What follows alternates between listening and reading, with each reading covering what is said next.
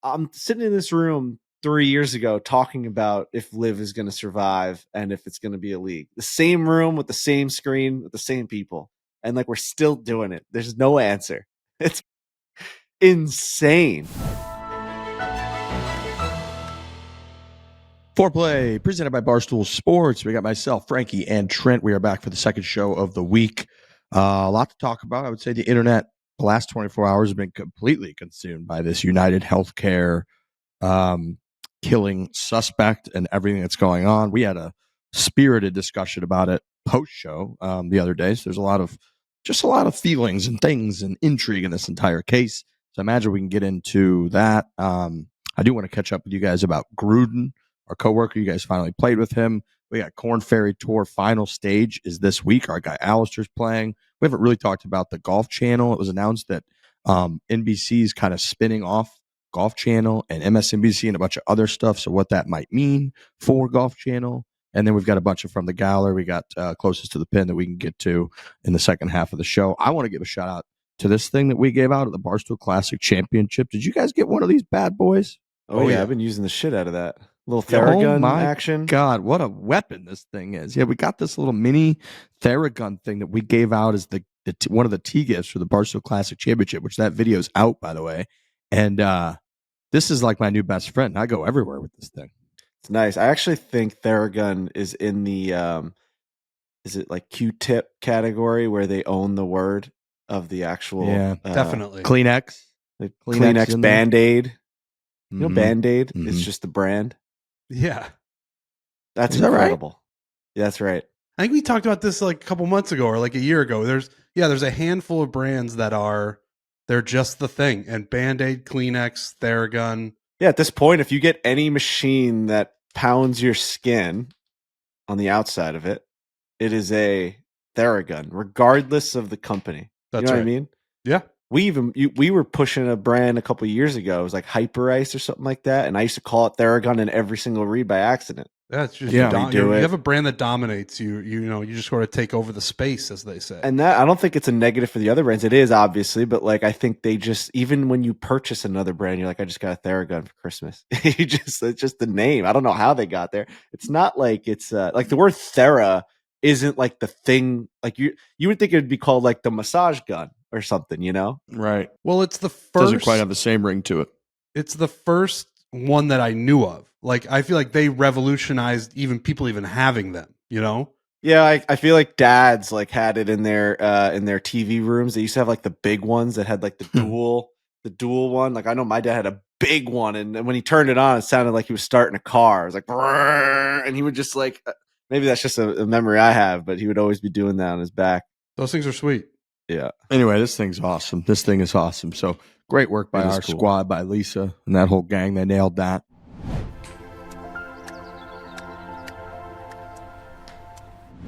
The Chevy Equinox EV, we're talking the best in class, folks, with a 17.7 inch. Think about how big that is. That is like a 1.5 inch, 17.7 inch diagonal standard touchscreen display. That is dominant. That is high tech. That is beautiful. That is Chevy. That is EV. Go to Chevy.com/Equinox EV. Check them out for yourself. They got product info, lease offers, amazing deals, the whole thing. But we love this Equinox EV. This thing is fresh, clean, high tech. Beautiful, beautiful vehicle. Great company, American company. Just moving us forward into this electric vehicle era. They've been doing it for over a decade. So at this point, it's just so good. The interiors are everything for me.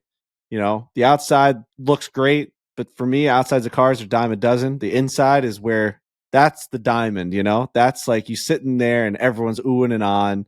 You're getting in the car late at night. You're not even looking at the exterior. You're getting in there and all the lights are going. That 17.7 inch diagonal screen, touchscreen display. People are getting out of that car and they're talking to each other like, that was a nice car. They're having that conversation walking up to their door. Man and wife. Yeah, you see that thing that we just got in? Wow. Really nice. It is nice. The 2025 Equinox EV LT has a starting price around $34,995. Your pricing may vary as dealers do set the final price. This thing accommodates comfortable seating up to 5 people, offers roomy, zero compromises interior with ample cargo room and convenient storage solutions. golf clubs, families, all kinds of good stuff can go in here. Supplies. Head on over once again to Chevy.com/EquinoxEV to check out product info, check out lease offers, check out amazing deals. Chevrolet, together, let's drive.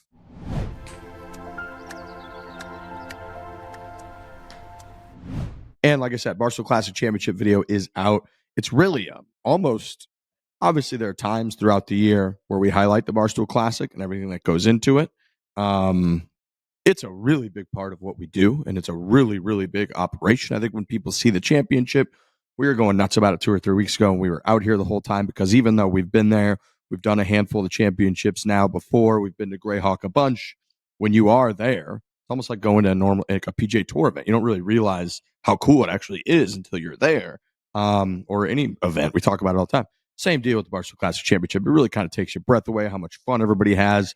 It very much makes me, and I think you guys, feel like pretty damn good that we're able to have built something and that derives so much fun for hundreds of people that are thousands of people throughout the year. But the people that make it to the championship, it's 200 something golfers. A lot of them bring families. So you're looking at 350, 400 people. That really, it just delivers a phenomenal 3 or 4 days in the desert. A lot of people kind of expand their trip.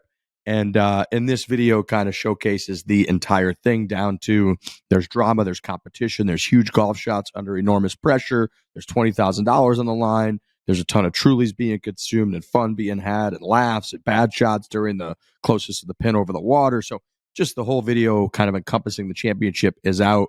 And I think it's worth checking out because it really is a great time. Yeah, 20 bands to the winners. Congratulations to them. We had a little bit of a mix-up on our social media. Shout out to our guy, Rob, who's been great. Our social media has really exploded. He's really on top of it. He's great during the tournaments. Fantastic at his job.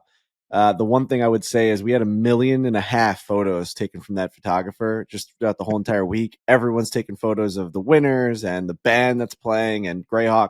And the photo that we put out to kind of finish the Barstool Classic Championship and really encapsulate how cool it is. These two guys, I think they came from Washington State that won it. Like they're all the way from across the country, from where we are, from where Barstool is headquartered, and like they are playing in our event. They win $20,000. They played the way that they had to play, and the photo that went out was them holding up the trophy and then a huge check, the biggest check you've ever seen, that had the word $500 written across it. Now, obviously, not his fault that photo was taken.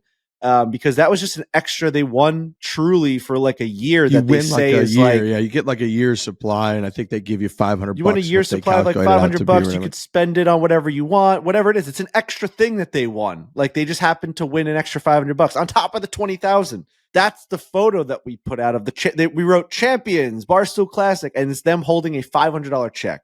Now that is the most insane oversight I've ever seen in my entire. They won $20,000. So every comment was like, "Whoa, like $500 for the winners, pretty sick." Like, wasn't it like $1,000 to play in it for the group?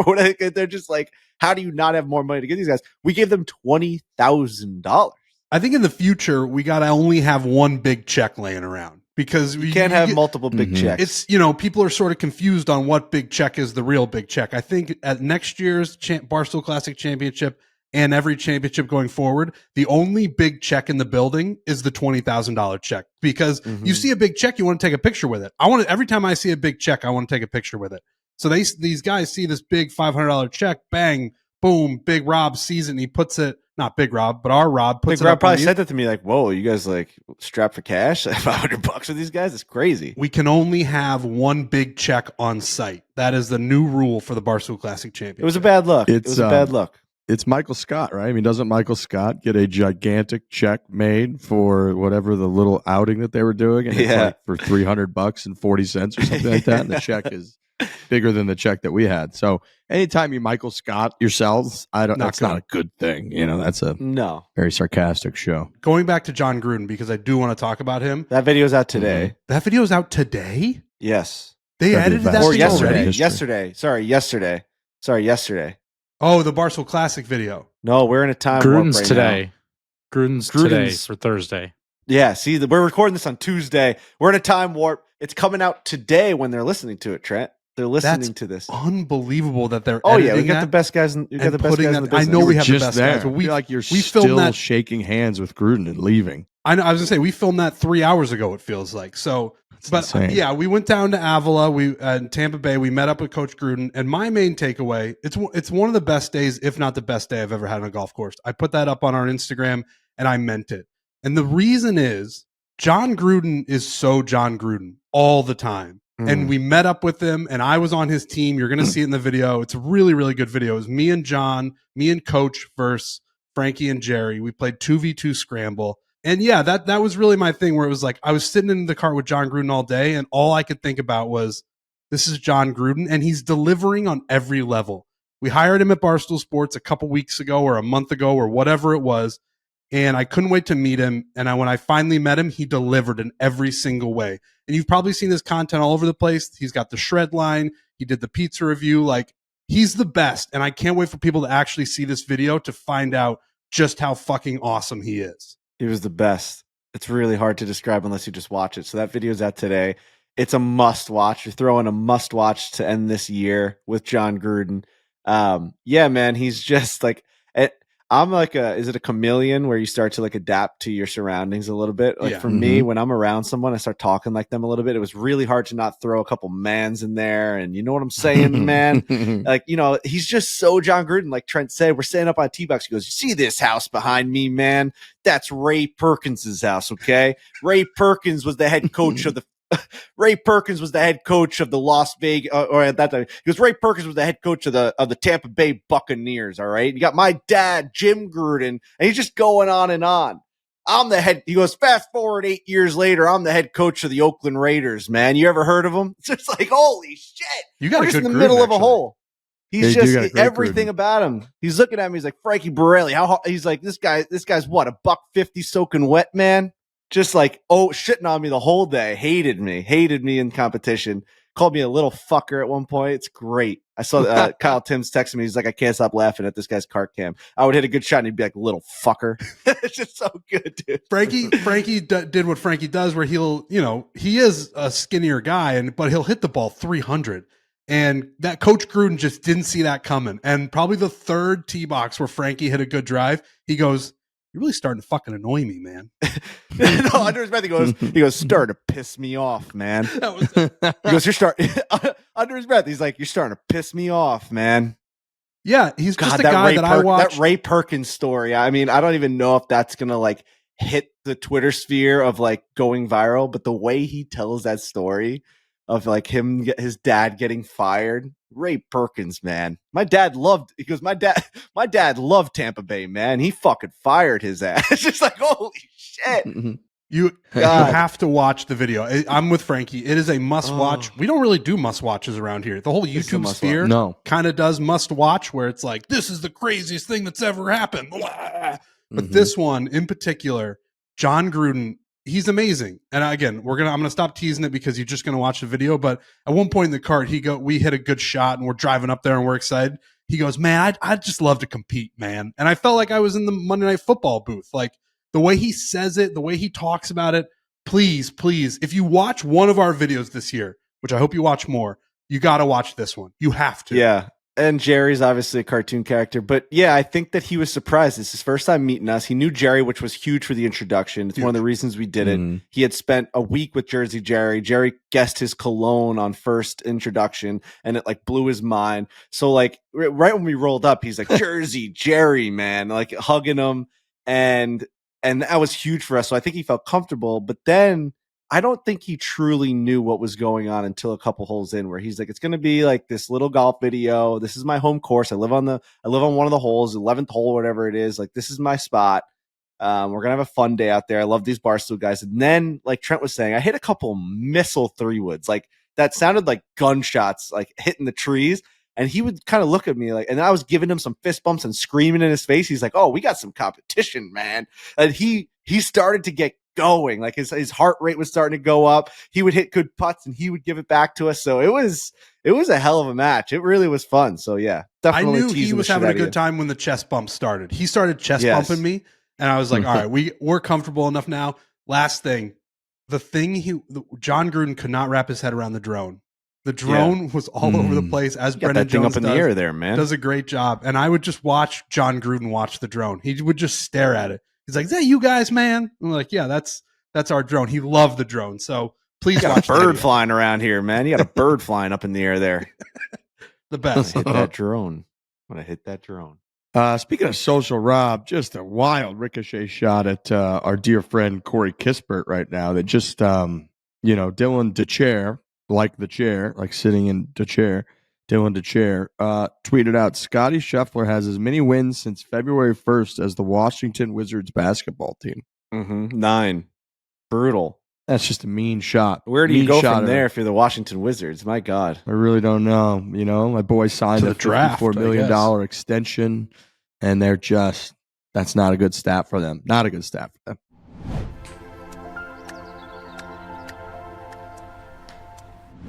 Isn't it funny how the people we love most are often the hardest to shop for? That is very, very true. It's difficult to shop for people. Everybody knows that. Luckily, there is one gift that everyone on your list is sure to enjoy, an Aura digital picture frame named number 1 by Wirecutter. Aura frames make it incredibly easy to share unlimited photos and videos directly from your phone to the frame. When you give an Aura frame as a gift, you can personalize and preload it with a thoughtful message and photos using the Aura app, making it an ideal present for long-distance loved ones. It's a gift so special, they'll use it every day. This really, really, really is an awesome feature. Something meaningful is kind of what you want to give around the holidays. It's hard to do that. You got to think, you got to be creative. Aura frames, knowing from experience, incredibly easy to do, to use the site, to get it right, and then nail it. It's a very meaningful gift that you can give this holiday season. So hard to find a gift for someone, especially Impossible, dude. Parents, aunts, uncles. You're going to a house. You want to be courteous. You want to be you want to be giving. You want to be giving in this time, and you want to show up not empty-handed. Something like this is so thoughtful. It's not just flowers or cookies. It's like, hey, I got you something. These are memories. Don't be the gift card guy. Don't be the guy who brings the gift card. I've been that guy in the past, and I refuse to be that guy in the future. And this is going to help me out. This frame is going to help me. Switch it out.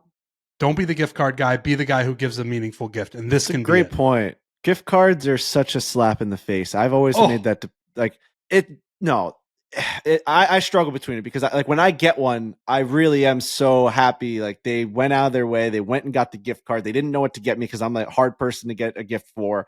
And it's like, hey, I know you love this restaurant. I know, like, when you go there, think of us. Like, that's what it really is, where it's like when you go, maybe it's a Foot Locker thing. When you go to that store and you buy new shoes, I bought these for you. I just didn't know what you wanted. But to me, when I give it to someone, it feels thoughtless. It feels so robotic, where it's like, I didn't have the time to get you anything. So here's cash, where it's like, oh God, no thoughtful. Like, there's no thoughtfulness. Yeah, no, I would love to be better in that sense. And I feel like I'm always resorting to just getting the gift cards. And then you have something like this come around where it's like, this is a potential tear-jerking gift. Yep. Depending on how you set it up. There's potential tears for this. You can save on the perfect gift by visiting auraframes.com to get $35 off Aura's best-selling Carver matte frames by using promo code fore-play, which is one word, at checkout. That is AURA frames.com, promo code fore-play for $35 off. This deal is exclusive to our listeners, so get yours now in time for the holidays. Terms and conditions apply. That is code fore-play, FOREPLAY, at auraframes.com.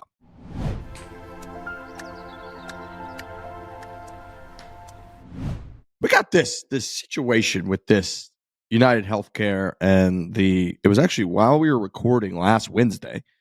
As we were recording, this video started to come out, which was a very surreal experience. I know we kind of talked about it after the show yesterday, but it was a very surreal experience. The fact that there's just clear footage, like someone was filming a YouTube video and they knew this was coming, is how perfect from a footage standpoint this just brutal, horrific assassination and execution was captured. It was on the internet in what felt like seconds. It was all over Twitter. And then, the mask down mug shots, and then the whole narrative of, a lot of people with memes basically playing the angle of like this guy deserved it without really understanding, which no father of two deserves to just be executed, especially out in public New York, the whole thing. So it's fucking crazy. Now it's coming out that yesterday the suspected killer was apprehended and is, facing these charges, and it's like an Ivy Leaguer, and then going through the entire way in which this man carried out this killing was like took a Greyhound bus, paid cash and not used credit cards, wore the mask almost the entire time, got there on a Greyhound bus to New York City 10 days before this occurred, stayed in a hostel so wouldn't have to use a credit card, took the bus so wouldn't have to use a credit card, had a ghost gun, which I didn't even know existed, but like a ghost gun is essentially a gun where you order all the different parts and assemble it yourself. It says you can assemble it in like less than 30 minutes if you assemble it yourself and you kind of know what you're doing, or watch it on YouTube. That way the gun doesn't have a serial number, so it can't be tracked back to you. Yet also was so apparently dumb in the week following that had the murder weapon on him still. And so this whole case, I mean, I went to a couple of the homepages of a few different news sites of like Washington Post, of like CNN, a couple of everyone, and it's like 10 of the 12 top stories are all about this entire thing. So it just kind of has taken over the whole news world and the whole internet over the last week or so, and especially the last 24 hours. Wild fucking story, fellas. I've just kind of been enamored by this whole thing. What a fucking crazy story in today's day and age. Crazy story. Yeah, we find ourselves in movies sometimes. Like you're just watching the plot of a movie. This feels like a Denzel Washington, like going out there trying to find a guy that 3D printed a gun and put it together himself and shot the CEO of a Fortune 500 company. And yeah, it's pretty crazy. Obviously, there's a million different takes on the internet. I, for one, just think some of them are insane. I mean, at the end of the day, I think everyone agrees that these companies are out of control and that they need to be obviously reformed, and there needs to be a change in the world in terms of healthcare. Like this, we had a huge discussion about it after the show yesterday. Like everyone, if you're sick, you should have access to get healthy. That's just like a basic form of life. Obviously, the world is not perfect. There's a lot of situations in which like you want to like have a lot of basic human decency or basic human rights, and that seems to not come so easily to everybody. I just don't think resorting to murdering people on the street is the answer. I mean, we do have a justice system. We do have ways to go about this stuff. I also think like if you're starting to kill CEOs of healthcare companies, you can kill bank CEOs and all these other CEOs that are just like ruining people's lives. I mean, it's just a fucking bad world out there, the way that it's just been built. But it's also just capitalism, unfortunately. It's just the way it works. And I do think the last thing I'll say about this is like this kid is an Ivy League, know-it-all, thinks he has the world figured out, and hates capitalism, like hates CEOs. He has manifestos, apparently, if they're true, about just like despising the CEOs of America. And then he gets caught at a McDonald's, which is like the most capitalistic business of all time, with like a minimum wage worker, like finding him out, like at work, like figuring out that it's him. And he gets caught and he's in jail for the rest of his life. That to me is poetic justice. Like getting caught in a McDonald's made me laugh. He's like, he hates capitalism. He wants everyone to, you know what I mean? He's at a McDonald's in Pennsylvania and he gets caught. Like that to me is like, that feels good. But yeah, I mean, obviously he wants to send a message, which a lot of people are resonating with. And I don't disagree with the message that healthcare companies need to just get their shit in order. A lot of people die. A lot of people are suffering. There's a lot of corruption in this world, unfortunately. It's fucking bad out there, man. But it's like the world is bad. You take a fucking look out, like you go out into the sky or you go out into space and look at the world. There's a lot of bad shit happening. I just watched people returning home to Syria yesterday. It's like, did you see that video of like all the refugees like driving back home into Syria? Like, it was insane. Their first time home in years, and like the traffic was out of control. Like those, and like they're driving into like huts. Like it's just a bad world out there sometimes, and you just like you hope that the result is not murder on the street. That's what you would hope for. I'm actually less interested in what happened. It's clearly interesting, and it is like a movie. Frankie's right about that. I've been very interested in the response, and I have seen what you guys have seen, where it's a lot of people being like, good, this guy probably denied healthcare to thousands and hundreds of thousands of people. And they projected this idea onto a guy. And then I was even more interested in when they caught him, and you start digging into the guy's background and watching how that then unfolds, how people react to it. Because when you have a guy who isn't caught and you don't know anything about him, you can project any idea you want onto him and it's true. But now that you have the guy and you have his background, he's an Ivy League guy. He does anything that he had done in his life is now like a PowerPoint or like a point that people make on. So before it's a blank canvas, and you can say, "Oh, he's a hero. He assassinated this, Medicare or a healthcare guy, and now he's our hero." And you see murals, and people are making memes, and there's TikToks everywhere. But then it changes, and it hasn't even fully changed because I don't think we have the full story on this guy yet. But it's just interesting to me watching when you have enough information on a guy, then people will make their points. But when you have no information on somebody, you can make the person out to whatever you want them to be. And that to me is the most interesting part of this whole thing. Yeah, the whole thing is fascinating. I would say let's not paint all Ivy Leaguers with the same brush here, but that's just kind of my thoughts on the whole thing. But do you know what I mean? Where I do, and I would say there's probably both sides when you don't know the person's identity, whichever side you fall on, because that's kind of the spectrum or the perspective that we all have now. It's like one side or the other. And when you don't know what side the guy's on because we haven't caught him yet, it feels like everybody can kind of be like, well, he fits into my box. No, he fits into my box. Oh, maybe we all have the same box if we don't know who this guy is. But then you find out who he is and it changes. It definitely does, 100%. And I also think with the reactions and the memes and the tweets, one thing that's fundamentally true ever since social media is that what is said out there is not always said truly with that person just believing what they're about to write. So putting it out there because they want their true belief to be out there. A lot of it is done with the intention of garnering attention, likes, retweets, whatever. So it's somehow the message that eventually ends up getting the most circulated, the most times, the most engagement and interaction is sort of this mishmash of what they know some people think, and then taking it to an extreme and then conveying it in a way that their human brain over years and years or decades of consuming social media thinks that it might get reshared and engaged with the most and then packaged that way and then posted. And so that's sort of like the message I feel like that we end up seeing, that really it's almost like politics to a degree where it's like the most extreme on each side, almost get the most coverage and come off like that's the majority opinion because the other side wants to highlight the extremes so that they look crazy over there. When in reality, I think we all kind of agree that two things can be true at the same time. You could be like, yeah, there's major corporations whose goals are to drive profits, and those goals are not always perfectly in line with the best thing for every person in the country.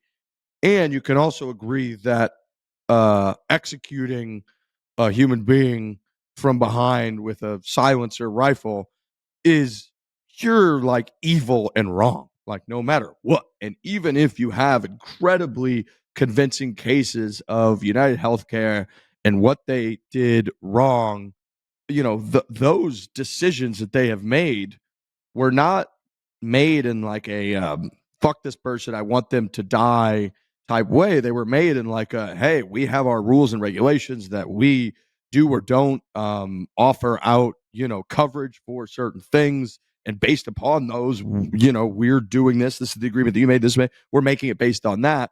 This person made their decision to just go up and murder someone. It's like that person, that guy, the CEO, was not going to die unless this person walked up and just shot that person to death, which is wildly evil and wrong. And so all of those things playing out at the same time on such a national level with this incredibly sensationalized and dramatic footage, and then the chase. Everybody's kind of always into a good manhunt, right? Because now, like, we all love fucking mystery shows and murder mysteries and watching them on Netflix or podcasts. Now we get to all be a part of it in real time. So people are, the guy had the city bike investigation all the way down to the different screenshots. And the guy, really took his mask down for the biggest, most consequential moment was to flirt with a barista. It's like, it's fucking crazy that all this shit occurred in real time. And with social media, it was just the perfect storm to get all kinds of coverage. And I really do think a lot of the most negative takes where you think like, well, that's just inhumane. I don't know that all of those come from a real place of true belief. I think that's such a mix of trying to get the proper reaction along with a sliver of that belief of like, well, they might have fucking done some bad shit at that company, so maybe bad things happen to people.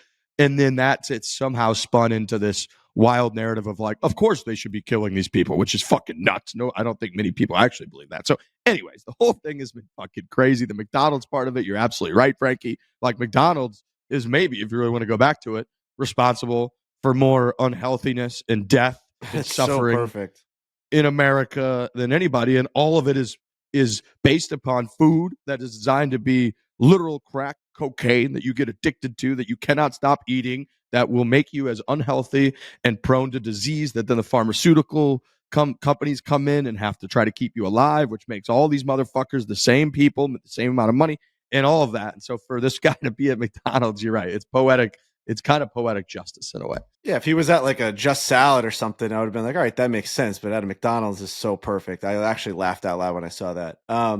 But yeah, it is what it is, man. It's just the world's fucked up. Twitter's the wild, wild west at this point. And I think it's because Elon opened up like everyone being able to make money off of it. So whatever is going to gain the most amount of interactions and views and tweets and retweets, they get cash off that now. Like if you're signed up with Twitter or X, whatever, like you can make money off getting these ridiculously viral interacted Twitter, these tweets and these posts. So I just think that's opened up just a can of worms of everyone just jumping on it. These threads, they drive me crazy. It's like 6 reasons why the UnitedHealthcare murderer did this. And then it's like 6 tweets and every single tweet has like 100 million views. And you're just like, fuck you, man. And then you read the next one. It's the opposite version of it. So there's really no truth on there. I don't know like who you're supposed to follow to get the actual truth. Like who's throwing a 97 mile an hour fastball down the middle? All of this is fucking sliders and curveballs in the dirt. I can't find anything. I can't find any meat. It's just unfortunate. Twitter's just crazy. And then you see it in your buddies' group chats and like everyone's sending in a different version of it. Right? They're sending in a different version as to why he did it and where his manifesto was and where he was living and what his mom did. And he had a psychotic breakdown because his grandma died. It's just like, I don't know, man. I don't know any of this shit. Like all I write back is like, I bet I'll find a tweet in 10 minutes that will say that the grandpa did something to, you know what I mean? There's no answer out there. Fuck these tweets. It is. Fuck all the tweets. It's honestly, it's like if you truly are a truth seeker, you should see that something occurred and then wait maybe 2 months and then go through. And it at might that be point, that long. The court will have gone through it all and like actually gotten it right. Because in real time, God, maybe 95% of what you consume about these types of stories are just fucking wrong. I remember it with the Boston Marathon bombing because I lived in South Boston at the time when that occurred. And it just, for the first 6 hours and then the next couple days, it was just information after information that was like 95% wrong. It was just fucking wrong. And you heard all kinds of crazy tales and it really affects shit. It affects the public reaction. It affects everything. So yeah, it's been wild, fucking wild witnessing this whole thing. There does seem to be this desire or even need now for people to be first, regardless of if they're right or not. That is so dangerous when it comes to something like this. Like Riggs is saying, you have to wait. You have to figure out what's actually going on. But now with Twitter, you can just go on there and say something that you maybe saw, or like, it's like the do your own research crowd. It's like, all right, I saw this somewhere and now I'm going to put it out like it's fact. I'm going to frame it like it's a fact. And then people are going to see it and they're not going to do their due diligence. And we're going to amplify this thing. And it could be completely wrong. And I would say most of it probably is. The only way you get the truth is you wait and actually see what's going on. And you certainly aren't going to get it in real time. So yeah, no, Twitter's a fucking mess. I don't know. The conspiracy theorists, and it's just, dude. But then there's people who are out there who, like, I'm sure there's people who do it accidentally, who will put something out and they'll be like, I saw this and I think it's true. And then there's the agents of chaos that I think you're referring to, where they will purposely frame it as it's fact and people will run with it. And then there's a billion strings like that. So then it's what's right, what's wrong. Yeah, man, Twitter's a mess. I don't know if Elon was supposed to fix it. I don't know. I know the free speech thing was like, let everybody do whatever the fuck they want, but I think it's made it worse. It's actually, I don't know how you get the cat's out of the bag.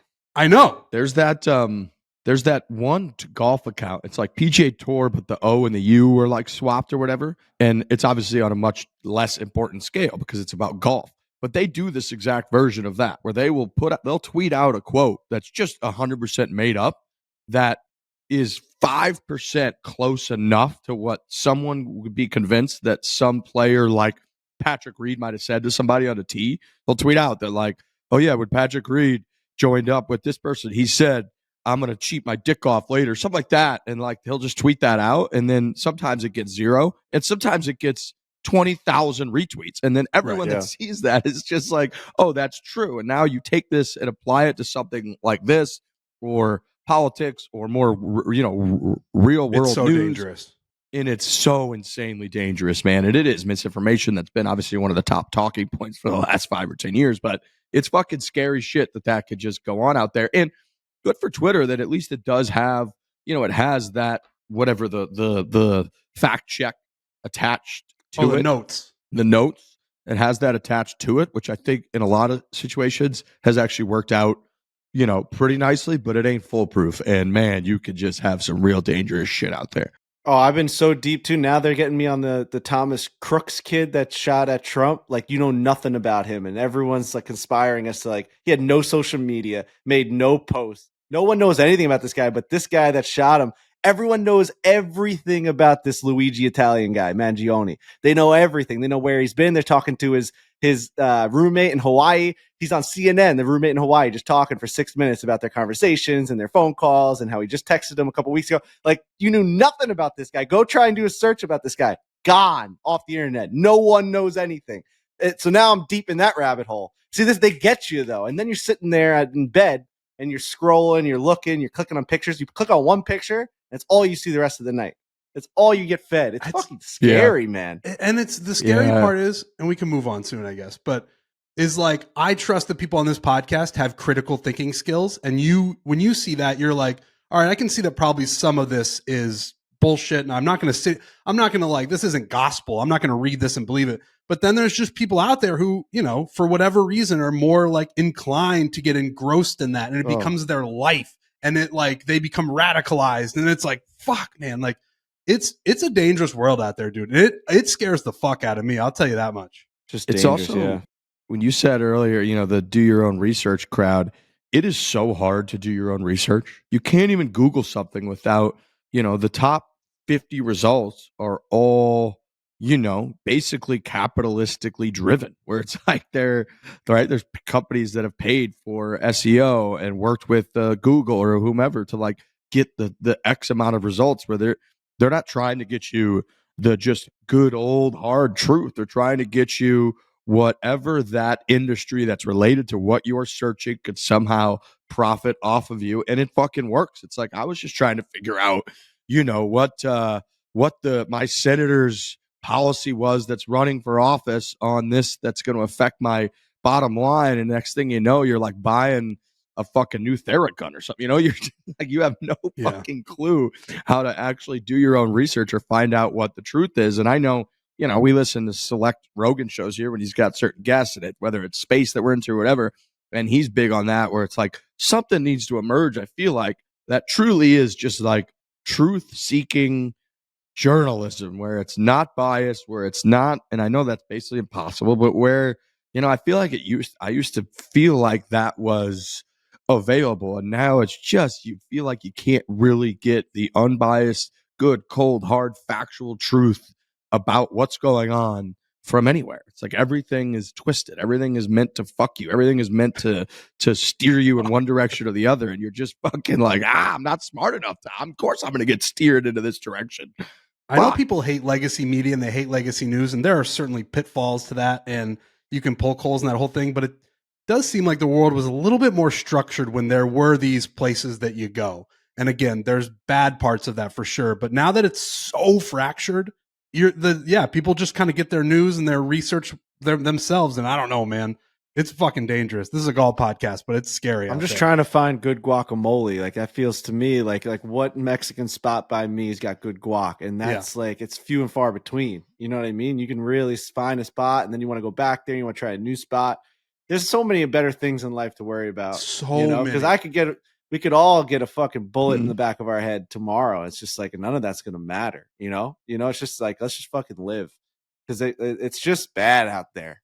Real bad. What's going on in the golf world, or what else is going on? Yeah, man. This is the holiday season, dude. Like we're supposed to be happy and like loving shit. We had to get it all out now so that now we can be full of holiday cheer. Might have to have Trent dress up as Santa Claus to bring the holiday Where's that cheer fucking to Christmas this tree, man? Show. God damn it.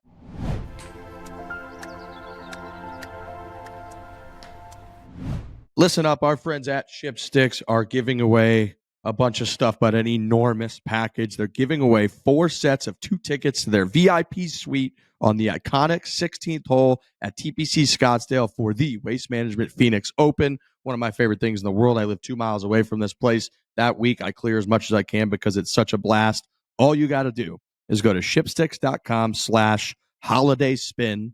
That's it. Go to that link. That is shipsticks.com/holidayspin.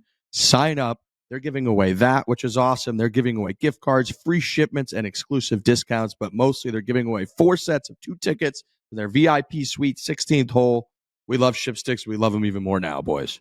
This is something like, this is hitting you like a ton of bricks. You're listening to our show. We're talking about God knows what. We're doing this partnership read right now with Shipsticks. And this is something that you really need to pay attention to. Whether you've been hitting +10, -10, whatever, you're listening to this podcast, somehow you stumbled upon this part of it. This is important. We are giving away free chances at this point. All you got to do is go to shipsticks.com/holidayspin. And you have a chance to win, like he said, access to the suite, which is every person's dream to go to the Waste Management and not have to be in the chaos of the grandstands and the sun, all the madness. This is in a suite with the Shipsticks partners. Amazing, amazing opportunity. 4 different sets of 2. And like he said, gift cards, free shipments of Shipsticks, and exclusive discounts. All you have to do, is go to that website, shipsticks.com/holidayspin. You spin it, you get a chance to win. It's as simple as that. If you're not doing this, you are dumb. I'm sorry. I really think that it's a free. You just heard me. I entered that St. Andrews one on the last show because it's free. This is free. Mm-hmm. Go and do it. I was at I was in one of these suites at 16 when Sam Ryder got that hole-in-one a few years ago on Saturday of the Phoenix Open, and it was maybe the coolest experience of my life. It was absolute chaos, fun, drinks. Everybody's having a great time, good weather. So again, take a little spin, as Frankie said. Shipsticks.com/holidayspin. Go sign up, enter a chance to win right now.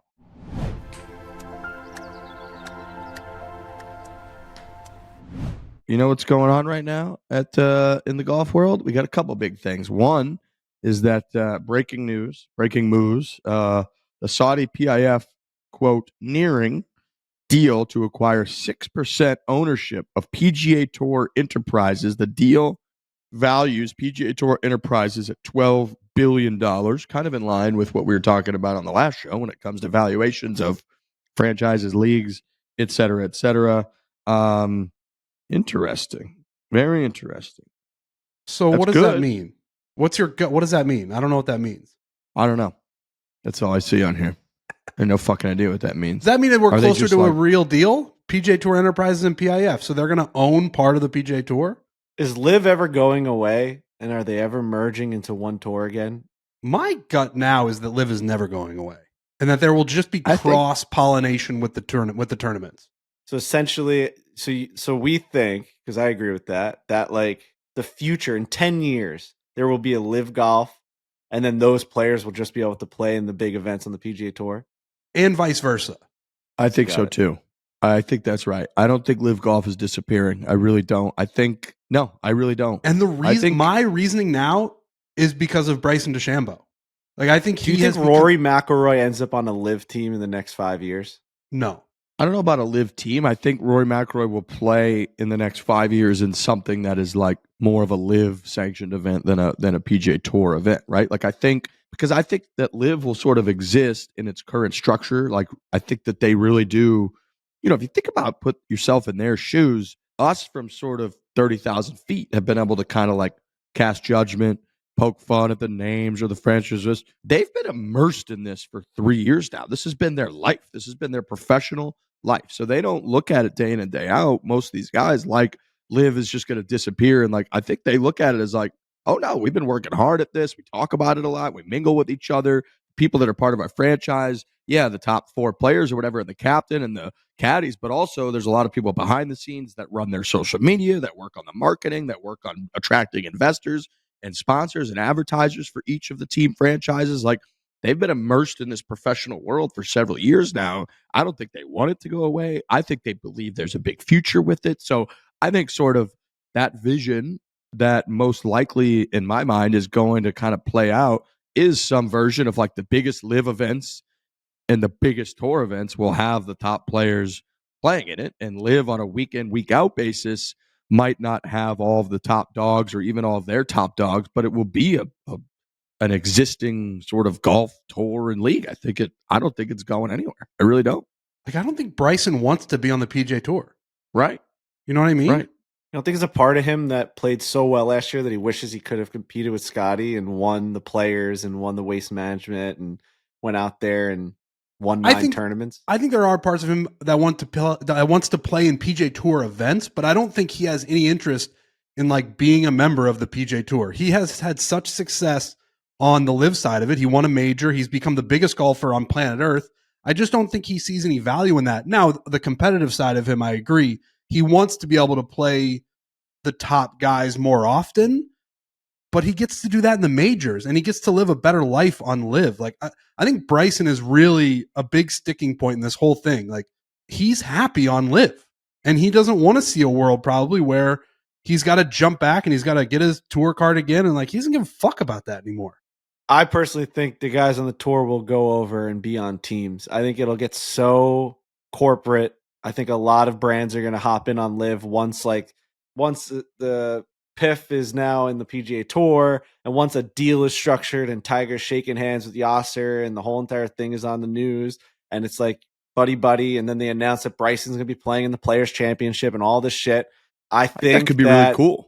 You know, I think it'd be great. I mean, there's already speculation on Twitter, which we just talked about, and I don't know if I genuinely don't know if someone photoshopped this, but in the photo of the guys in the match that is coming up, like that showdown, there's Bryson's wearing his LIV outfit and he's got like a New Balance logo on. I think it was New Balance. So it's like everyone was losing their mind being like, is this the first big brand to jump in putting their logo on a LIV outfit? Are they like an upcoming sponsor for LIV events coming in 2025? Is this opening the door for more brands? So it's like, if that starts to happen, if the Nikes and the Sunday Reds and all this stuff starts to go in on LIV, why wouldn't you have these guys, Tommy Fleetwood, playing on one of these teams? You know what I mean? Like, there's no reason why they wouldn't be. Or is it more realistic that the PGA Tour makes its own teams and then they fight each other? Yeah. Yeah. I can see that. They've kind of done it with, TGL is kind of their plan, I think, right? Like, I know it's not the same thing, but they meet in the parking lot like Anchorman. Yeah. Mm-hmm. No touching of the hair or Spear. face. No touching of the hair or face. Yeah. No, Trident. I don't know. If there's a deal, you would think that that's mutually like beneficial for both sides. Like they're just going to start mingling, but I don't know. We'll see. It's been fucking. I honestly feel like I've died and I'm just living in like a purgatory the last couple of years. Like I can't believe we're still talking about this. I know. Like I can't believe that this is still happening. It makes me think that like time really hasn't even passed. You're talking black holes again. It's just like I was sitting in this room 3 years ago. Oh, it was Reebok, not New Balance. Oh, wow. Reebok. I'm sitting in this room 3 years ago talking about if LIV is going to survive and if it's going to be a league. The same room with the same screen with the same people. And like we're still doing it. There's no answer. It's fucking insane. We've talked twice a week. We've gotten rid of people. Like our lives have changed. Like it's getting to the point now where every day that passes for me solidifies LIV. Like that they're not going away. For both the reasons that we said, Riggs' reason, where there's a whole infrastructure over there. They're running tournaments. There's people who are actually trying to make this thing work. And the talent that they have on their side. They have the biggest golfer in the world. LIV has the biggest golfer in the world. Scottie can win every tournament. But Bryson is always going to be bigger because of what he's done. He wins on a championship level, and he does all the social media things. And for them to have a guy like that, for LIV to have a guy like that, it's a huge bargaining piece. Huge. Isn't it amazing how many guys that we've put that on that LIV has gotten? First it was Cam Smith, and then it was like, holy shit, they just got the defending Open champion to go over, and Cam Smith's now a LIV guy. And then it was Bryson, like, was over there, and no one even said anything. They're like, he hated the PGA Tour anyway. He was a scapegoat for like people, the rope issue, ran to the rope, and everyone was making fun of him, and he wasn't winning. And it's just like, go. Brooks went over there, and it was kind of like, all right, that's pretty big also. Like but he's just a majors guy anyway. He didn't care about the PGA Tour because he couldn't win in them. That was like the biggest lie he ever told. He didn't care about PGA Tour events. Meanwhile, he just like never won any PGA Tour events. If he won them like Scotty was, he'd be fucking showing up like he does for majors.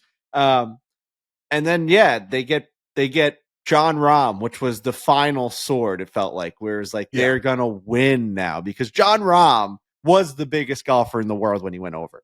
Yeah. It's just so funny how the news cycle just changes. Like Bryson gets hot on YouTube, and now it's like LIV is so popular because of Bryson-DeChambeau. It's like, no, I don't know. It's just like whoever's hot at this moment. I'm not saying LIV is popular. I'm saying they have the most popular golfer, and that's important. Yeah. But it's funny that he's their guy that's like, we're going to fucking do it because we got this guy. Meanwhile, they've had him for 3 years and no one gave a shit. But I agree with you. He is the biggest golfer in the world right now. It's just funny how that changes. Yeah. Like whoever's just hot. No, it is. Like, and it's hot. It's just like the reality situation.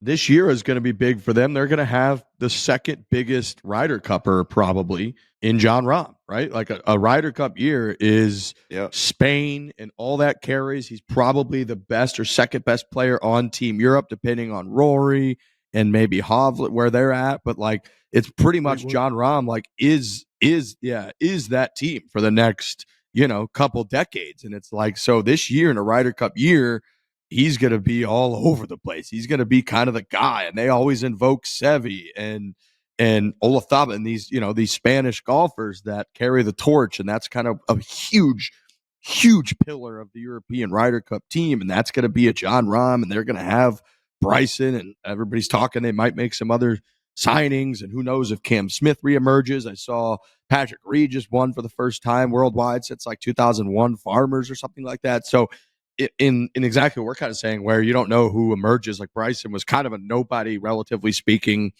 once for the first year or so that he was on LIV. He just wasn't as talked about. He kind of was he was kind of just part of the pack, and then emerged, and then it was Cam Smith for a while. It was Joaquin Neiman for a little bit when he was like the top guy. It was Taylor Gooch for a little bit, as crazy as that is, when he was kind of like the top Neiman guy. Being like, holy shit, they got the number one player in the world. I know. The thing that these powers that be got to realize soon, and we've been saying this for a while, is the casual fan checked out a long, long time ago.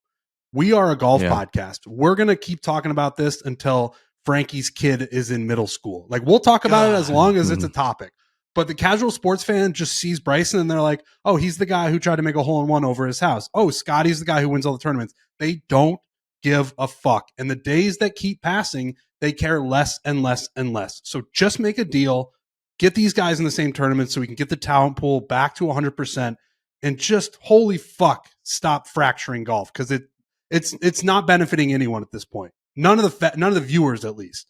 We haven't, I don't think there's been any news about it, but we were at an event recently or somewhere talking to someone, and someone mentioned that LIV was getting a big TV deal this year. But I haven't seen that broadcasted anywhere or put out. And I don't remember genuinely who told me. Do you remember that? Remember we were somewhere and someone's like, yeah.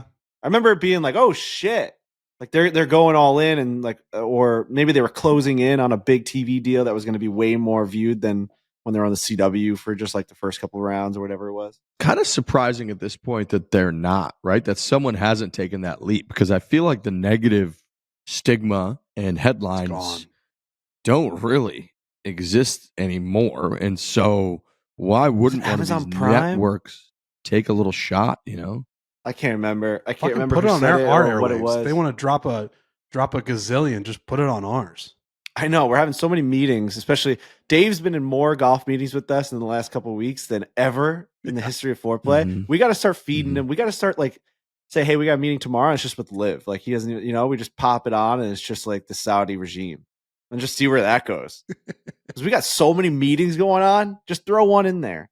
I'm sure he'd dominate that thing. Yeah. Yeah, I think the issue is they probably want to be paid a ton of money, not be paying a ton of money to be, that's sort of like we missed the boat. We missed the fucking blood money. The tour is like, I think the number is NBC pays $400 million-ish a year in rights fees to the PGA Tour for their TV coverage. So it's like that's just an astonishing amount of money. Whereas LIV, I think LIV's like paying to be honest, wherever the hell they are. So it is a little surprising. It's a little surprising that somebody hasn't jumped in and been like, yeah, we'll pay you a little bit of money to take those rights and put it on. To their credit, somewhere. They're just building a brand, and then like they keep improving on it. And at some point, they're going to have a product that people want. Like at some point, there will be a streaming service or a TV network that's like, we want to pay for that. And they are self-sustaining enough with their cash flow that they're able to just survive more than other brands would have been able to, other leagues would have been able to. It's the old thing, like the longer you're there, the longer you're there. Every single day that they're still there, it's just you're there. But they're doing better than people thought, because like the CFL's always been there, and like the AFL, all these other leagues that pop up to try and compete with football, they're always there. And they're there every summer, and like you feel like it hits you like a ton of bricks when you see them on TV. But those aren't funded by $800 billion. I know. They eventually run out of money. That's why they're able to do broke. Yeah. It's not, but I guess that gets tied in a little bit or misconstrued of like, where's that line where they're still there because they just have unlimited money, or are they there because of the merits of what they've built? It's like, it's a good question. That's where I think the Bryson thing comes in, at least right now. Yeah. They're getting married. They're putting stars up on the chalkboard. They are. And Brooks, we can't forget about Brooks winning the PGA a couple years ago. That was huge. I would imagine, like Roger Goodell, when he sees the UFL or the CFL, he's not actively negotiating with them. You only actively negotiate with people who you think have value or are a threat. They sign deals with like Fox. Like sometimes during the summer, you'll see like a UFL game or some shit. Like it's like it hits you like a ton of bricks. You're like, whoa, almost feels like porn or something. You're like, you can't believe it's on TV.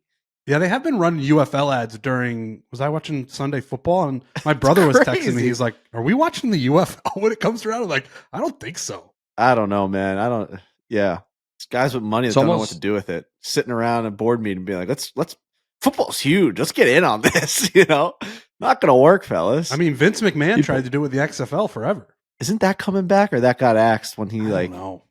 Oh my god. I mean, dude, the NFL barely survived, and it's obviously thriving now. But still, you look at franchises, like there's like no one going to Giants games now. Like the place, like, you know what I mean? Like if you're a bad franchise, you're still kind of not really that. Like it's still a hard business. Yeah. UFL never will survive, ever. It is interesting. When does it flip for a league? And we've never really seen it before because LIV is so new, and we've never like when do they start paying you to broadcast as opposed to the other way around? How do you know when that happens? Right. I mean, like if you pitch the PGA Tour today, numbies. Right. If the PGA Tour was a startup league and they're going to Fox and they're going to CBS and NBC and they're pitching the product, it's not on TV the way it is now. Who's paying who? It's just, I think that number comes right, or that line comes just right down to viewers. If that's just it. It's like, you get X amount of viewers, they're just going to pay your ass for those rights. They can sell all the ads against it, and they believe they can make a bunch of money. And if they fucking don't get any viewers, which LIV currently doesn't, but it's also not been on a major network. So you don't know if you did put LIV on, all of a sudden LIV was on fucking NBC or whatever, and they start doing X amount of numbers, like then that equation could totally flip. But I think the reason that nobody took that leap, right? Like Fox was kind of in the mix, weren't they, for a little bit? There were rumors that Fox was in the mix a couple of years ago, but I don't think anybody took that leap because it was so toxic. It was you were basically getting in bed with the Saudis, or people were like, well, can't do that. That ain't worth the risk. Whereas now, if that risk is sort of gone or eliminated or at least mitigated, it's like maybe somebody takes that leap, and then maybe the final round of LIV and Jon Rahm's victory goes from like 88,000 viewers to 2 million viewers. Now you've got yourself a business. So that could fucking happen. That could be the difference. That could be what kind of catapults LIV. But I also think there's probably a lot of lobbying that's going on, right? Like there's only so many networks that you could really go on. And I guess Now with the more streamers and stuff, there's plenty more options, but it ain't like the tour and the tour brass don't have connection after connection after connection that they've built for decades, that they have gone to these folks that they know in the networks, this person that used to work at CBS that now works for Amazon Prime and been like, you better not fucking partner with LIV, like all that shit goes on too. So it's been hard, I imagine, on that front for LIV to crack through, but money talks, baby. And but if money talks, then they got to spend money to get the deal, which that's not how it's supposed to work. If you're really, getting by on the merits of what you've built, then those networks should be coming to you and being like, what do we got to do? Usually they bid for it, right? They're bidding like billions of dollars for these NFL contracts and stuff for the media rights. So I also think as crazy long as it has felt like we've been discussing this for years, when you really look back, this will be nothing. Like in 2039, when fucking Juan Soto is still playing for the Mets, in 2039, we're going to be like, oh yeah, that from like 2002 to 2005, that was like at large and up in the air. Who cares? That's nothing. That's a snapshot. That's not even a day. So who really gives a shit? Whereas right now it feels like it's being drawn out forever. So who knows?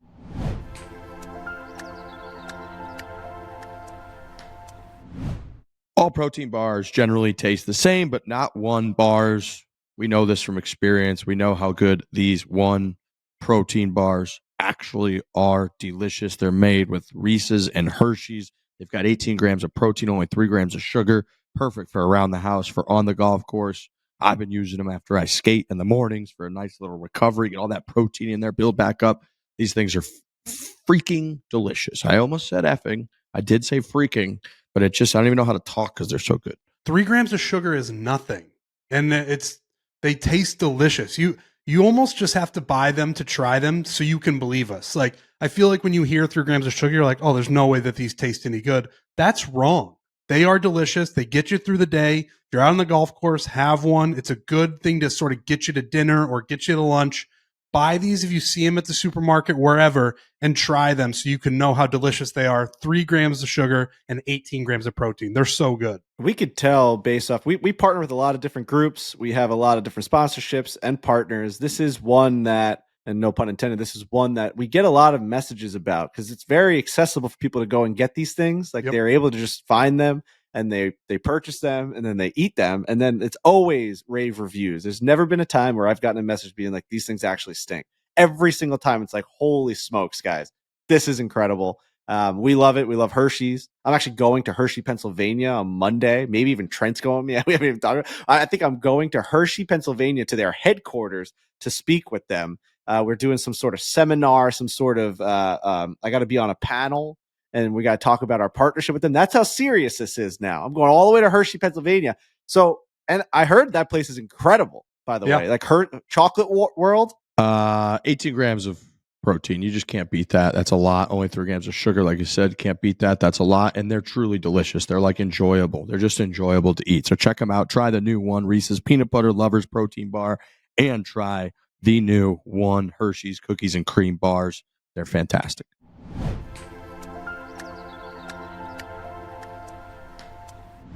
On a more wholesome front, we have korn-ferry-tour final stage this week. We've got, if folks recall, really we've kind of highlighted this over the last couple of years because our dear Alistair Docherty, who a couple years ago had absolutely nowhere to play, started at first stage of Q school, made it all the way through first stage, barely made it through second stage, a couple bogeys late by some other players, got him through to final stage. Then he finished in the top 40, got his korn-ferry-tour card for 2023. And then, he played right on the edge, didn't quite finish high enough to have his full status. So he started again, first stage, second stage, and then got to third stage at the end of last year and shot, I think, 78 in the first round and was like second or third or fourth from last place. And then beat everybody but one person in the field on the final 3 days and vaulted his way all the way up to like 20 something or 30th to get his korn-ferry-tour card for this entire year.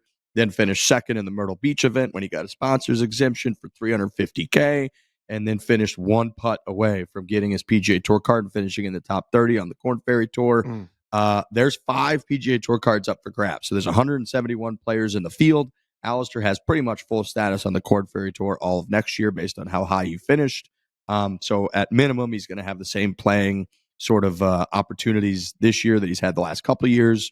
But if he finishes inside the top 5 and ties, I saw top 5 and ties get their PGA Tour card for all of next year, which would get him into pretty much everything except for the elevated events, depending on how many people play. But he would most likely get into like the Phoenix Open and just a bunch of really awesome events if he can finish inside the top 5 and get his PGA Tour card. And there's 170 other players that are playing in the field that are playing for their entire livelihood. Some of them are similar to Alistair's boat. And I saw that's actually is on television. So Saturday from 1 to 3 p.m. Eastern on Golf Channel Digital, and then from 3 to 5 Eastern on Golf Channel, and then Sunday from noon to 2 p.m. on Golf Channel Digital, and then 2 to 4 p.m. on Golf Channel is kind of how they're going to broadcast all that shaking down, which if you've been educated upon it, which is a hard fucking learning curve, but if you have been educated upon it, it is some of the most riveting TV in golf that you can watch, because instead of playing for a difference of a couple $1 million and a little bit of a legacy jump here or there, they're playing for literally going back and caddying at their local club or becoming an assistant coach in a high school golf team for the rest of their life to like maybe making their dream come true and playing on the PGA Tour or korn-ferry-tour. So very good stuff to watch this weekend going into korn-ferry-tour final stage. Go Alistair. I can't imagine showing up to a golf event and knowing you got to be in the top 5. That's just such a daunting thing. I mean, he doesn't have to be. Still has a good year next year, but you want to be. Like he's probably really. It's the only thing he's playing for. It's the only thing he's playing for. Right. You know, like 6th place or worse does nothing for him this week. And so like literally nothing. Doesn't really change anything about his life. So he's been gearing up. He's been all locked in. He's been working out nonstop, taking his body incredibly seriously. He's been seeing short game guy, working with his swing coach. He hasn't touched alcohol in several months. So he's just been all locked in and focused on trying to get his PGA Tour card. So a huge week for our guy. Same venue that they played at last year. So he's been there in tournament conditions before, and hopefully he plays great. Worst case scenario, he finishes 6th or worse, and he's got full access on the korn-ferry Tour all year next year. I'm sure he'll get another exemption into, maybe Myrtle Beach or a couple of tour events and keep kind of chasing the dream. So go Alistair, go. There's a bunch of friends of the program that are there that have, kind of playing for their careers. So we'll highlight a lot of that on social and follow all that. But korn-ferry Tour final stage, big pressure, big career. That difference between playing on the PGA Tour and being a solid korn-ferry Tour player, we all know, we've played with guys that are on both sides of that, is fucking minuscule. It's like a putt here or there over the course of fucking months of competitive golf. And so yeah, a lot on the line for them. And it's $500,000 guaranteed once you get that tour card. Isn't that right? Stipend. Mm-hmm. Yep, that's exactly right. They do. They cover. I believe the way it works is you start with $500,000. You chip away at it based on your earnings. If you get to that $500,000, then that's just your earnings and you're good. So yeah, you're pretty much locked in for $500,000 no matter what, which is just a shit ton of fucking money. It's huge for a guy like Alistair that's just grinding, grinding. That just saves him for a whole year of travel, and he can set up his life and just like you're doing it. Like, you're living the dream. You're playing golf and you're living, which he is right now. But it's definitely not coming as easy or as lavish as he probably expected. But no one said it was going to be easy. Yeah, Alistair. I mean, the guy's a fucking grinder. You've been saying this forever, Reese. We got to get him more involved in our shit. Like, just like people need to start seeing how good this guy is at golf. Like he's so in it right now that he's so dialed in that he might not be the most electric person probably on the internet. But like, I think the way that the world is kind of turning in this YouTube golf space where it's like everyone's trying to get closest to the pin. I don't know that anyone's closer to the pin than fucking Alistair Docherty. The guy is an absolute stick. And he's a great guy. I mean, he's a great dude. So he's I think he's one of the more wholesome put him up against dudes I've ever Grant, met. just like beat him. Yeah, I mean, he is. He's fucking hilarious. He's quick-witted. He played hockey growing up, so he's kind of got that little culture. He's I mean, dude, you would love this, Frankie. He like FaceTimes his dad during every Vancouver Canucks game and for the entire game. And they like scream. I legit thought there was like a murder when we were in Pinehurst because he was down in my living room and that's a 100-year-old house. So it's like you can hear everything through the walls. And he started like screaming when the Canucks scored. I was like, what's going on? He's like on a FaceTime with his dad. They're running at like an hour and 20 minutes going nuts over Vancouver Canucks goal. So he's that's the best. That's how this guy is. And yeah, he's he's really elevated himself. He's taken his game to the next level. He hits the ball so unimaginably good. He played in an Asher Tour event last week just to get over at Legacy here in Arizona, just to get tuned up. And he was telling a great story because we played this last Saturday right before he took off Sunday morning to go down to Jacksonville. And he was telling a great story. He was his caddy, Brando, who I play quite a bit of golf with, who's a bit of a journeyman caddy. He's an awesome guy out here in Arizona. He's a funny fucker, as you can imagine. He's like the most stereotypical caddy personality. And they played a practice round the day before this Asher Tour event started. It's like a 3-round event. I think $10,000 was first place prize. And they show up, and he didn't really realize that he booked his practice round tee time through this event, thinking that he was either alone or with another person that was playing in the event. Turned out he got paired up with 2 guys, I believe it was 2 guys, maybe 3, who were just there on like a boozy Arizona weekend getaway. And they show up, and Alistair has his caddy with him, his tour bag, and it's fully geared up. And they're like, so what's your deal here? And he's like, oh, I'm playing in this event tomorrow, whatever. They said I think he shot 29 on the front and was 5 under through 6 holes. And they were like, these guys were so pissed that they couldn't bet. They were trying to figure out how to bet him to win this event. And it's like this Asher Tour event. So you obviously, there's like nowhere where you can really bet this whole thing. Well, Al goes out. He only shoots like 3 under the first round. So he's in like 30th or 40th place. He ends up shooting 21 under, I believe, for the event. He shot 10 under in the final round and won by like 3 and won first place and these guys, I guess, were DMing him being like, we knew you were going to fucking win. We talked about it all night over cocktails. We were like trying to find somewhere that would take our action to bet this guy to win. So he posted the last competitive round he played was last week. And he shot 10 under par, like 61 or whatever the hell it was, to win this event out here and win a nice little $10,000 cash. So he's playing fucking great. He can golf his ball. And yeah, I'm hoping he just brings the thunder this week and at least he will give it his all. But root for him to play well. Alistair's the best. And I agree with you. I do think we get him more involved in stuff. It is like we understand our brand is a little Mickey Mouse and like the classic weekend golfer struggles or whatnot, but it's not lost upon us that like really good golf aesthetically plays as well. Like people just fucking enjoy that on some level, and Alistair is really, really good at golf. I think he's like if he went out and shot a 63 and like filmed with our crew, then people would watch it. I don't know how big the audience is for it, but if you expose people to that kind of golf, and he starts to like kind of get in the mix with us, like we do all these videos, and like we did one with the Barstool Sports guys where like Fat Perez was like the golden swinger, where like we needed to get him to be we needed to unlock him to be and we did this with Dalkey, where like they needed to be our horse, where like you were calling them in for a mulligan or like a celebrity shot, quote unquote. Like that's a guy that already he wears our shit. He's like part of our brand. He's better than all of them, better than Brad Dalkey. And we talk so much about Dalkey and shit. So yeah, no, it's funny. When we did when we were in Hawaii and we did the podcast, and we had just come off a day where we played with Dalkey, and he played phenomenally and hit the ball so goddamn well that day. And Alistair obviously loves the show, he listens to every show, and he loves Dalkey. He's good, they know each other. He's like, he's the nicest guy ever. But he's like, I had to turn the show off because he's like, I just like these guys are sucking off. And he's like, well, I could play golf a little bit. So he's like, exactly to that level. So yeah, and it is amazing. Like Dalkey's a great example. Like we called him in the couple different videos challenge, and he just first swing of the day would hit one like 330 in the air into like a crosswind to get his team from fucked off the tee to like position A plus. And you're just like, oh my God. And so there on some level, just as people that struggle so much with the game and all the viewers are that way, watching someone be able to do that is awesome. It's fucking awesome.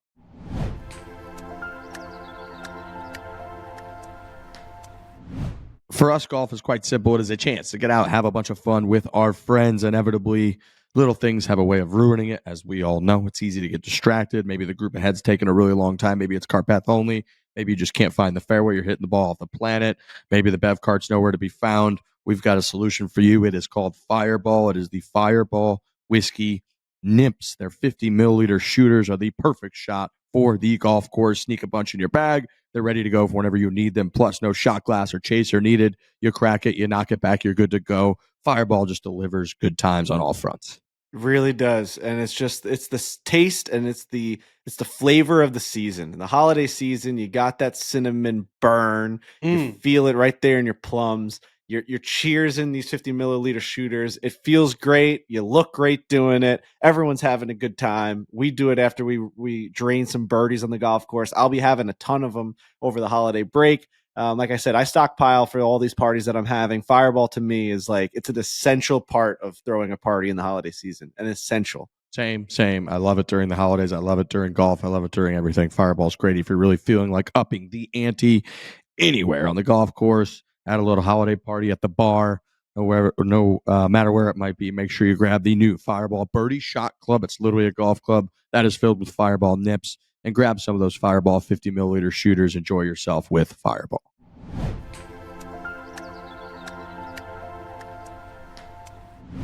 Speaking of closest to the pin, I think we have closest to the pin. Baby. I'm excited for Alex Bush to show his gravy face because I know that we have the Juan Soto news popped up, which I'm not excited about, obviously, but that was a closest to the pin, right? Do you have the results of that? Yes, I do. Oh, it was. Baby. Yeah, and also we had Kiz's final end of the year earnings. Okay. Oh shit! I don't think I was a part of that. Wow. So that one Trent won, the Kiz one, and then Trent. the How much Juan was it? Soto was average annual value for his contract, which was 51 mil, and Riggs was closest with 53. What? What did I say? You said Bang. 64.5. They needed you in the Yankees front office. Oh my god! I must have fucked up because I really. Oh, you know what? I probably thought it was a 10-year. I probably thought it was like a 10-year deal or like an 11-year deal because I honestly thought it was going to be over 700 million. I'm really mad at myself. That's crazy to me. I feel like, you know what I mean. I knew it was. You were guessed thinking that it was going to be total the number, highest. not yeah. What did I guess? You guessed 65, Oh wow! Juan Soto That's the same thing and I Nice. guessed 55. What the fuck? just wasn't meant to be for you with the Soto Yeah. contract, you know. I was excited for that because you saw I had a little twinkle in my eye. I thought I was going to win. You did Oh, have a damn. twinkle. Sure didn't. Was that it? No. No, we have last week's as well. Okay. So Georgia's college football playoff ranking after the SEC championship, We were all wrong on We're this. second. Frankie was closest with 6th. I think we all Let's thought they were going to go. lose to Texas. We did. Fuck.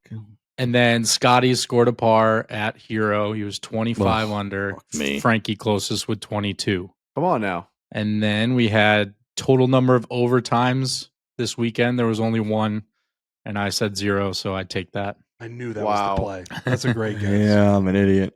And then the last one was number of times Tiger Woods says compete in his Sunday TV appearance. I watched through twice. He only said it once. No Wow. way. And it was right Wow. off rip. It was like within the first 2 minutes he said it. I watched it through twice. Then I just Who won watched that? watched 25 minutes of no Poor competed all. bastard. What a preposterous job. won you that had one? to do over the weekend. That's You and Riggs both tied because you had 4 with the Okay. least.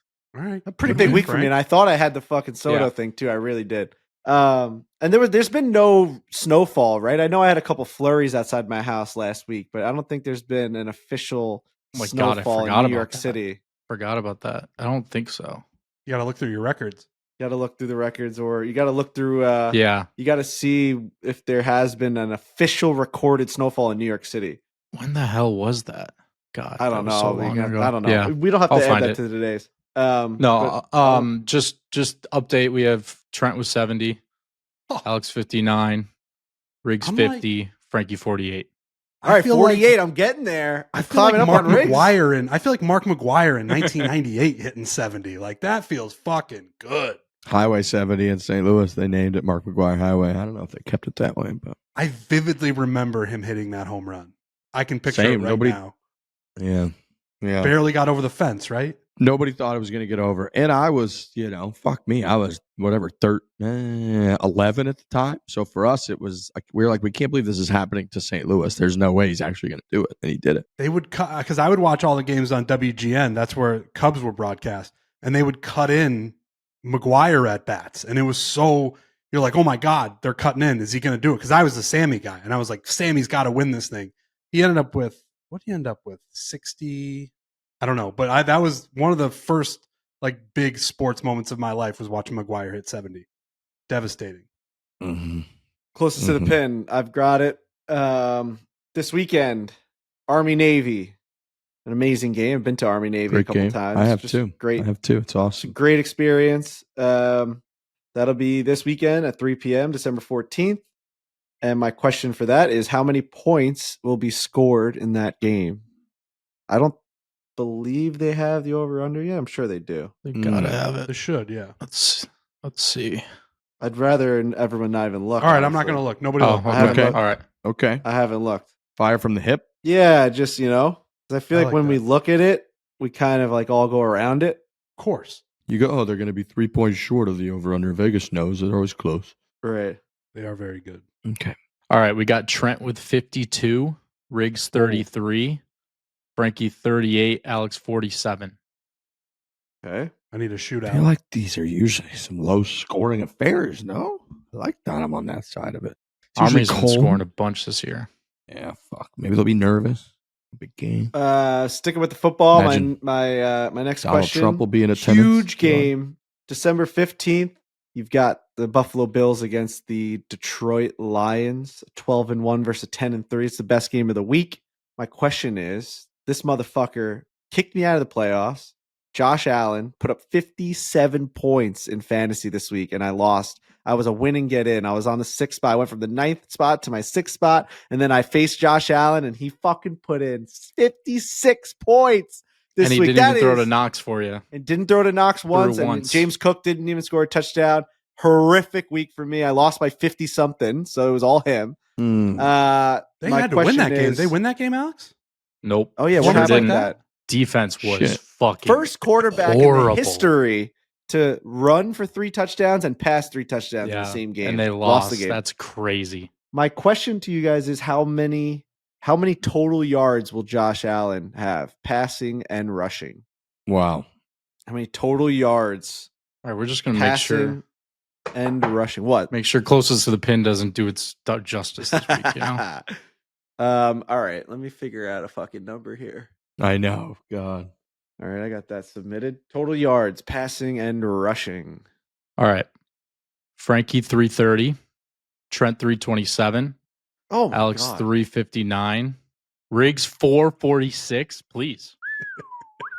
I just hope the figured you defense can guys make were all one going to be fucking kind of stop. close, and I was just trying to go high, baby. I was trying to go high.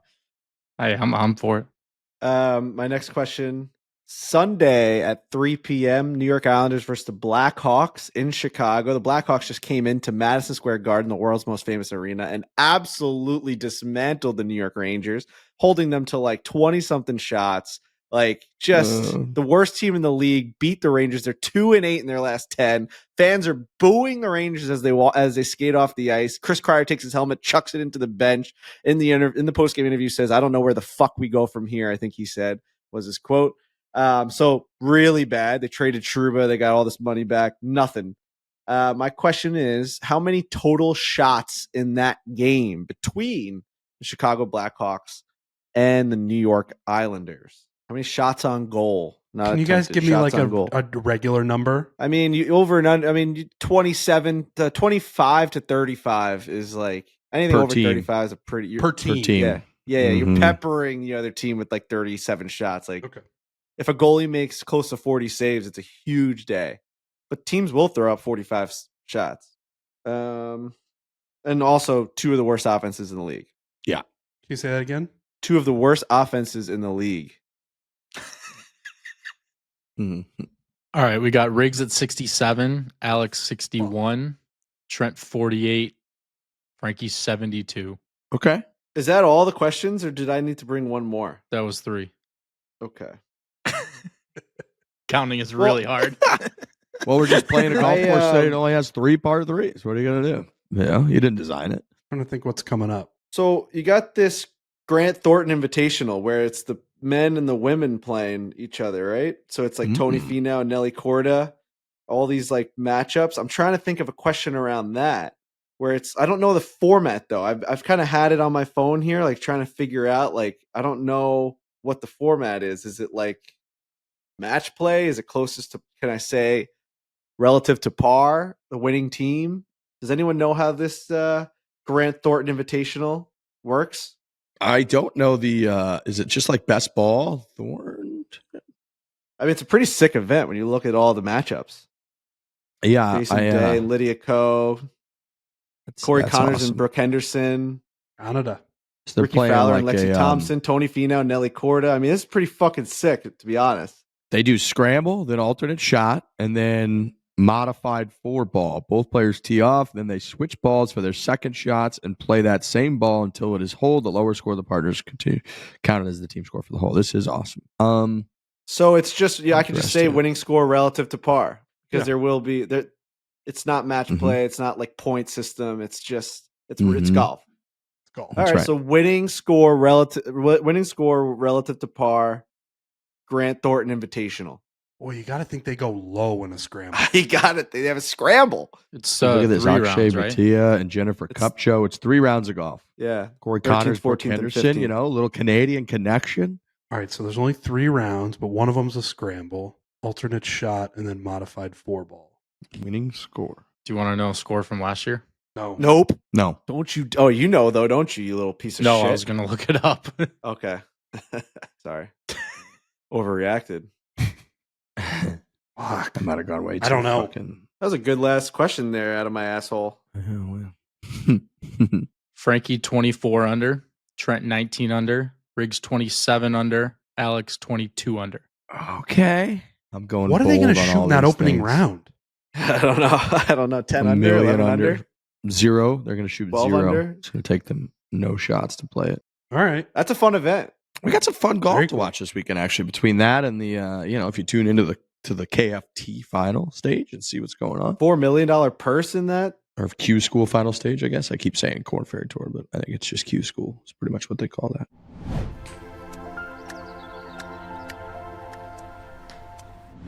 Winter is here, but golf season does not have to end. With the Rapsodo MLM 2 Pro, you can play more golf this fall no matter where you are. This thing really is awesome. It is a mobile launch monitor. This is the MLM 2 Pro and golf simulator. It's a launch monitor and golf simulator that you can easily take to the range or set up at home to play and practice.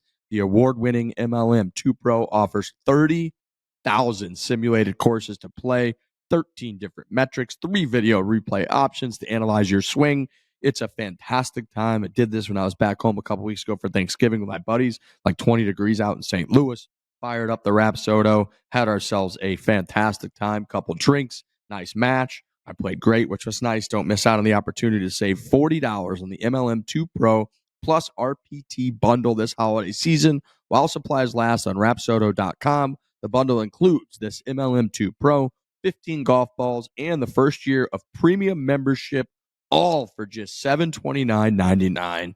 This thing's a fantastic device, gentlemen. Yeah, it's incredible. And it's got all the things that you just said where you can play in the off season. But, and I said this before, just get your yardages down. You can go through your whole bag, figure out where your yardages are, and that is going to help you improve. This thing is an improvement tool. It'll give you feedback. It'll show your swing on camera that you can show to somebody who knows more than you do.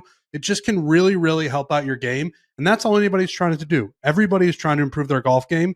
And this Rapsodo MLM 2 Pro, it will help you. I guarantee it. And you look up the numbers. You say you hit a driver and you say, all right, that thing went 5,000 RPM. The spin was 5,000 and you want to get it below 3,000. Now, every single swing after that, you're figuring out how to get that spin down with your driver. And now you're learning how to hit the golf ball better. Just from that data alone, knowing that you're too spinny off the tee and figuring out, hey, maybe I have to hit up on the ball more. Maybe I'm doing this. Maybe I'm doing that. Whatever it might be, teeing it high, teeing it low. You now have actual data to go off of. And that's not even including all the cool stuff that you said, having your own little swing, your own simulator on a launch monitor, which you can bring to a driving range. It's so cool. Whether you are looking to improve your game or improve your Saturdays with the fellas, the MLM 2 Pro is the solution for you. Play your way with Rapsodo Golf. Play without limits.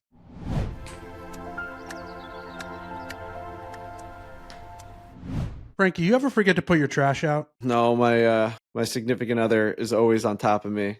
We have a calendar that's highlighted all the days, and she's like, it's garbage day. And then she doesn't let us, she does not let us like fill up the garbage cans constantly being wrapped. and just fucking ready to throw out, like the one that's inside. So I'm constantly bringing garbage outside. It's a problem. So no, I don't ever forget. You've been forgetting, Trent. Just as a guy who I'm new to the house thing, like I've been living in apartments for the last 10 years of my life where, you know, there's a trash room on every floor. So if you fill up a trash bag, you just go out there and you throw it down the chute.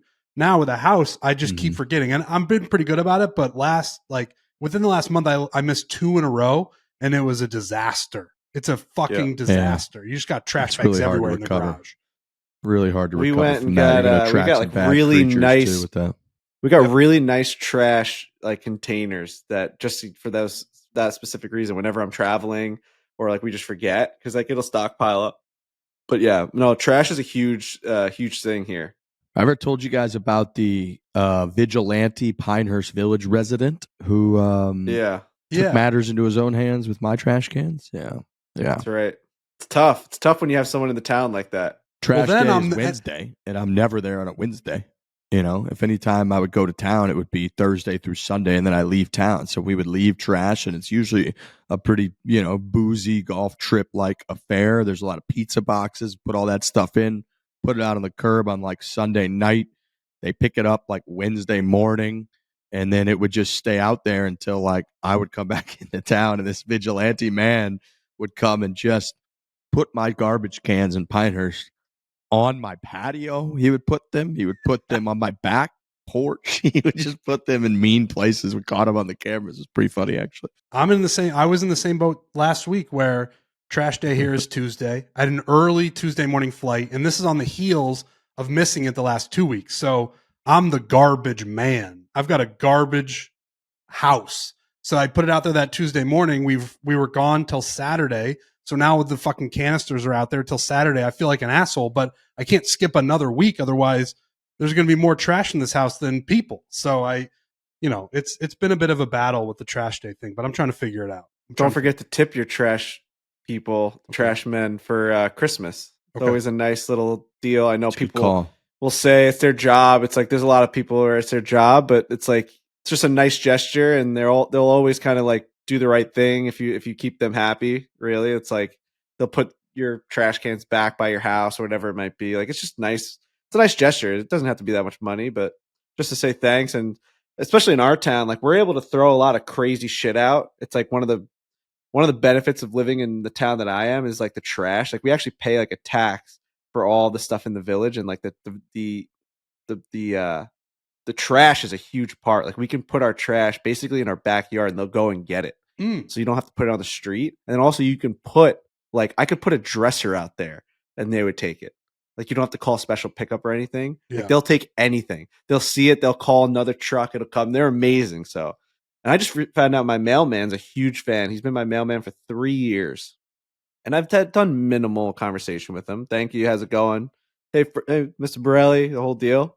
And just the other day, knocked on the door, and I had a little conversation with him about like my video with Barzy and how he's a huge Isles fan, and how I blew the gum in Barzi's backswing, which also like that video went viral, by the way. I get notifications for that still. Like I get 1,000 likes every day from that video. It's crazy. Really? Yeah, it's so funny. That's great. And he's just a huge fan. Just like, like I guess he told like my wife the other day, he's like a huge fan. I was like, where is this all coming from now? Like 3 years in. So I got to give him I got to get him some Barstool shit. Yeah, now you're on the hook there, because he'll be like that cheap fucking Borelli, I used to watch his videos. Yeah. Now I'm now nervous. Like I think he's heard me like sing karaoke. I think he's heard a lot of things inside the house, like walking up, like, cause like if I'm home during the day, like I'll throw the karaoke machine on, no problem. I'm in a band. I got to practice shit. So I'll be singing. Oh yeah. I'll like be practicing all the time, singing songs, getting ready for My Hero, Foo Fighters. Like I have to sing that in front of 500 people. I got to practice it. The first time I'm singing, that's not going to be on stage. I'll tell you that. Fair. So there was a time where I heard, because the basement's like right by like the porch, like there's a part of the basement that's under the porch, and you heard the 3 steps, and I was ready to hit the big note, and I'm like, he heard that. he heard that. A muffled karaoke noise happening on a Tuesday at 3 p.m. Tip out your trash folks in your mail. Do it. The mailman. Gotta do it. All that stuff's important. Well, holiday. Also love getting Christmas cards right now too. Christmas cards are great getting them in. We have like a whole little thing we put them on. we've got so many this year. It's so nice. Like as you start to like live in the same place for a while, everyone knows your address. I just got Marina and her husband and baby Maddie's. Like it's nice. It's like a nice thing. You get to see where everyone's life is at. Some people throw the little, like what Trent was saying, you give a life update on there. Yeah. And Pat does the life update. Do you guys get any from any golf courses that we've been to? I've never gotten one from a golf course. No. You know who always sends me one is Aaron Hills. Aaron Hills always sends me a nice holiday That's card. really nice. I Every wish I year. did. Steve. Put me on that list, Shout out Aaron to Steve. Hills. I'm going to see if I can get you guys on that list. It's delightful, Please. man. They got a nice holiday card. Speaking of golf courses, I just made a highlight video, a 4-minute video recapping our trip to Big Cedar Lodge. I sent it to my group. It's so fucking funny. It's like I really went all in on this edit. Just like stop moments and sound effects of Big Rob. Like everyone's waiting for him to hit the shot on the 19th hole and it hits the water and it makes a bloop sound. And it's so good. It really got the boys going yesterday. Like that to me is like, they would never get that experience because that's kind of like, I'm decent at it. And I was like, I have to do this for them. Yeah. That's a great call. Yeah, I really, it's so good, man. It really just makes you want to go back on a guy's trip. You just want to see the fellas. We, Matt Janella for the Uncle Tony Invitational abandoned this year. That was a month and a half or so ago. He brought in like a photographer that and he did like some videography work too. And then like a month after the trip, that guy sent out, hundreds of professionally taken and edited photos and a little video highlight thing from the trip. That was absolutely awesome. So if you've got, that trip's got 20 people, whatever, 20 something people, if you can split that cost amongst everybody and you got enough people, it's a nice little addition to a golf trip. So you don't have to worry about pulling out your phones as much. You can kind of enjoy the moment. And then someone's like out there taking footage and photos. It's a nice little touch for a golf trip. That is nice. Came out great. Congrats to Caitlin Clark on winning Time Athlete of the Year. That came across my desk right before we came on. So congrats to her. Very well good. deserved. Well deserved. A deserved. transcendent athlete. Amazing. She is. Well deserved. Mm-hmm. All right. Well, that's all I have for this trip. This is for this show. This is another show where we didn't get to a single from the gallery, even though I've got quite a few good ones. So maybe to finish out the year going into Christmas time, we can get a little Christmas show going with the from the gallery. So everybody have a lovely weekend. Let's go, Alistair, and hit it hard. Hit it hard. Hit it hard.